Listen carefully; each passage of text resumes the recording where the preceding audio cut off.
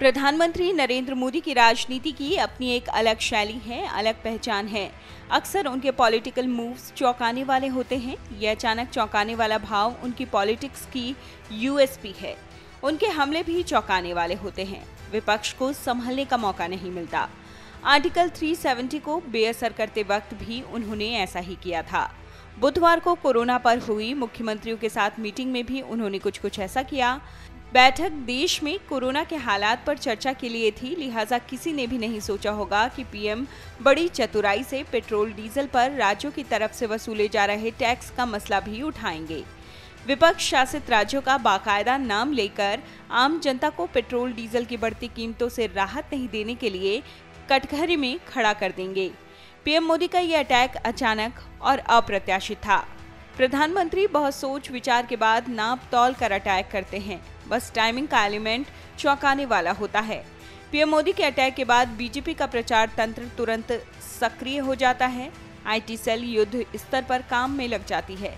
अचानक हुए अप्रत्याशित हमले से विपक्ष जब तक संभले तब तक बीजेपी का प्रचार तंत्र लोगों तक पीएम की बात और उनके संदेश को पहुंचाने में बहुत हद तक कामयाब हो चुका होता है। जब तक हड़बड़ाए विपक्ष काउंटर की कोशिश करे, तब तक बीजेपी का मजबूत प्रचार तंत्र नैरेटिव गढ़ने में सफल हो चुका होता है। प्रधानमंत्री नरेंद्र मोदी ने पिछले साल नवंबर में दिवाली से ठीक पहले पेट्रोल और डीजल पर 5 से 10 रुपए प्रति लीटर एक्साइज ड्यूटी कम कर दी। इससे राज्यों पर भी टैक्स कम करने का दबाव पड़ा। एक एक करके बीजेपी शासित राज्यों ने भी अपने यहाँ पेट्रोल डीजल पर टैक्स घटा दिया, जिससे विपक्षी दलों के शासन वाले राज्यों पर टैक्स कम करने का दबाव और ज्यादा बढ़ गया।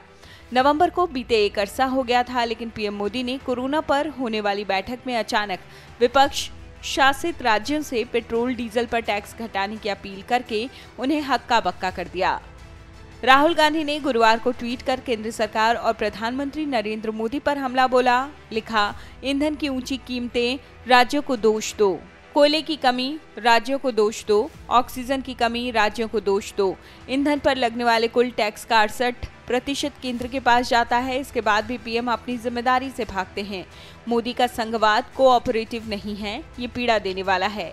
वैसे बुधवार को यानी जिस दिन पीएम मोदी ने पेट्रोल डीजल की कीमतों को लेकर विपक्ष को घेरा, उसी दिन पश्चिम बंगाल की मुख्यमंत्री ममता बनर्जी, तेलंगाना के मंत्री केसीआर जैसे कुछ नेताओं ने जरूर पलटवार किया, लेकिन ये केंद्र से सेस घटाने की मांग या फिर राज्यों को जीएसटी का हिस्सा समय से न मिलने जैसी शिकायतों तक सीमित रहा। पीएम मोदी ने जिस राज्यों का नाम लेकर पेट्रोल डीजल पर टैक्स घटाने की मांग की, उनमें से किसी भी राज्य से ये बताते नहीं बन पा रहा कि जब बीजेपी शासित राज्य टैक्स घटा सकते हैं तो वो ऐसा क्यों नहीं कर रहे। अब गैर बीजेपी शासित राज्यों पर पेट्रोल डीजल पर टैक्स घटाने का दबाव बढ़ गया है। महाराष्ट्र तो इस पर विचार भी करने लगा है। दरअसल प्रधानमंत्री नरेंद्र मोदी ने देश में कोरोना के हालात को लेकर बुधवार को राज्यों के मुख्यमंत्रियों के साथ बैठक की। बैठक के दौरान वैश्विक संकट का हवाला देते हुए सभी राज्यों को कोऑपरेटिव फेडरलिज्म की भावना के साथ काम करने की अपील की। पीएम मोदी ने कहा कि पेट्रोल डीजल की बढ़ती कीमतों का आम आदमी पर बोझ कम करने के लिए केंद्र सरकार ने उत्पाद कर में पिछली नवंबर में कमी की थी और राज्यों से भी आग्रह किया था कि वे अपने यहाँ टैक्स कम करें, जनता को इसका लाभ दें। उन्होंने कहा कि इसके बावजूद महाराष्ट्र, पश्चिम बंगाल, तेलंगाना, आंध्र प्रदेश, केरल, झारखंड, तमिलनाडु जैसे राज्यों ने पेट्रोल डीजल पर वैट में कटौती नहीं की। उन्होंने कहा कि दरों में कटौती न करने से इन राज्यों के पड़ोसी राज्यों को भी नुकसान पहुंचता है। Video desk amarujala.com। डाउनलोड करें अमर उजाला ऐप और पाएं खबरें लगातार। अगर आप ये वीडियो YouTube पर देख रहे हैं तो हमारे चैनल को सब्सक्राइब करें और बेल आइकन को दबाना ना भूलें। अगर आप Facebook पर ये वीडियो देख रहे हैं तो हमारे पेज को लाइक करें।